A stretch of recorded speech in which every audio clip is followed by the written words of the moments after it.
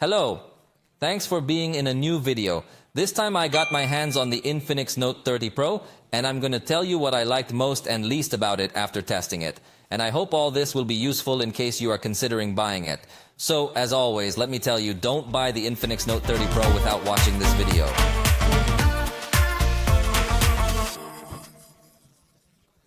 Let's consider its launch price in Mexico of 6,499 pesos. On the screen you see the reference price in dollars, although remember that the prices here are not the same as over there. But taking this price into account, let's compare it against what other devices in the same price range offer, and that's why I'm going to tell you what I like the most and the least. If there is something that I don't mention in this video, it means that it is within what one would expect from a device in this price range. Remember that the full review is also available in case you want to know it in much more detail, because this will be a brief summary. Let's start with what I like the most. The back cover design is very attractive because it can change color depending on the light. This is a trend that was seen a lot on high-end devices of past generations, even on some mid-range devices, but lately it started to be abandoned. However, Infinix has retained it.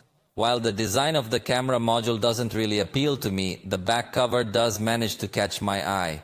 The AMOLED screen of one of the top of the range is not going to be offered by almost anyone at this price. It is definitely a very good screen, with good display quality, with a high refresh rate, good contrast, and generally in this price range, other manufacturers offer IPS screens. So here we have much higher color intensity and much higher contrast. It has stereo sound by JBL of good quality. Again, in this price range is something very rare to find, because most devices come with only one speaker, and in case they get to have two speakers also, the experience is more or less simple. But in this case, to come tuned by JBL really do feel with a good sound quality experience. The selfies surprise me even at night, and I highlight the night selfies because in this price range it's not so common that the front cameras behave well when there is not so much illumination. Then this aspect I also liked. The camera performs very well in backlit conditions. It also takes good portrait shots and is capable of recording video in 2K, not only with the main camera but also with the front camera. All these features, the truth is that they call too much attention in a device of this price. Even there are more expensive devices that can only record in Full HD. But this one does reach up to 2K. And another curious fact about the video recording is that the front camera also records at frames per second in Full HD. Most manufacturers allow you to record only at frames per second with the front camera, but this device, despite seeking to adjust its price, does not sacrifice such features. It has slow motion at 240 frames per second in HD. The resolution is not that spectacular, but the fact of offering 240 frames per second in a device of this price is also remarkable. In addition, the fast camera has many speed settings and you can record in 2K, i.e., the fast camera of this device has more resolution than the resolution offered by the iPhone 15 Pro Max, for example, in this same fast camera setting. It also offers slow motion front and back and a dual recording mode to record both sides of the shot at the same time. This is another very uncommon feature to see on devices at this price point, but it is present here. The software allows you to open two floating apps at the same time. You can resize them and place them wherever you want to boost your productivity. Overall, the software offers many options such as secure folder, child mode, app lock, among other things. The 68-watt charge is lightning fast.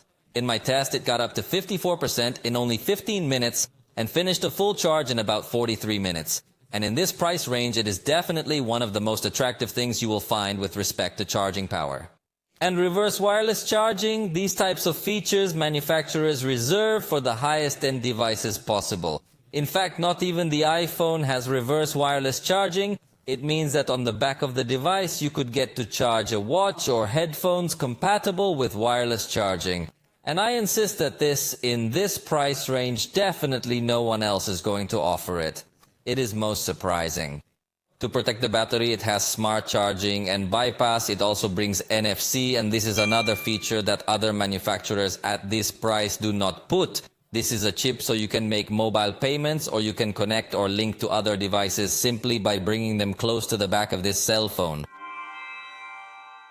Its storage is 256 gigabytes and 8 gigabytes of RAM. In this price range, I think it is common to see 128 gigabytes and even 6 gigabytes of RAM, so in all aspects, it is a device that comes to stand out too much. The processor is very good for everyday applications and brings good options for games like mapping the volume buttons inside the screen. This allows you to play with more freedom because you don't need to have your fingers on the screen, but on some buttons you could make life easier by simply pressing these volume keys, and overall the gaming experience is good. But let's go with what I didn't like. The camera module is asymmetrical. It really is very strange design. In fact, if you notice in the press images or in the images on their website, the camera looks with a different design. When you see it in person, it looks kind of weird. I personally didn't like the camera module, but that's up to each person to appreciate. It only has one microphone. At this price point, most devices have 2 microphones, and some are even starting to integrate 3 microphones, so it doesn't have stereo recording or noise cancellation or anything like that, so calls or your video recordings might sound very plain. Despite having a 108 megapixel camera, pictures at this resolution don't manage to look that detailed. There are other devices with 50 or 48 megapixel cameras that are actually going to look more detailed than the pictures that this 108 megapixel device gives you, so I don't think you get that much out of it. It does not have an ultra-wide camera. It seems to have many cameras, but in reality I would only consider one because the other 2 do not help much to say. And in this price range, if you are going to find other devices that have main camera and ultra-wide camera to give a perspective with more space.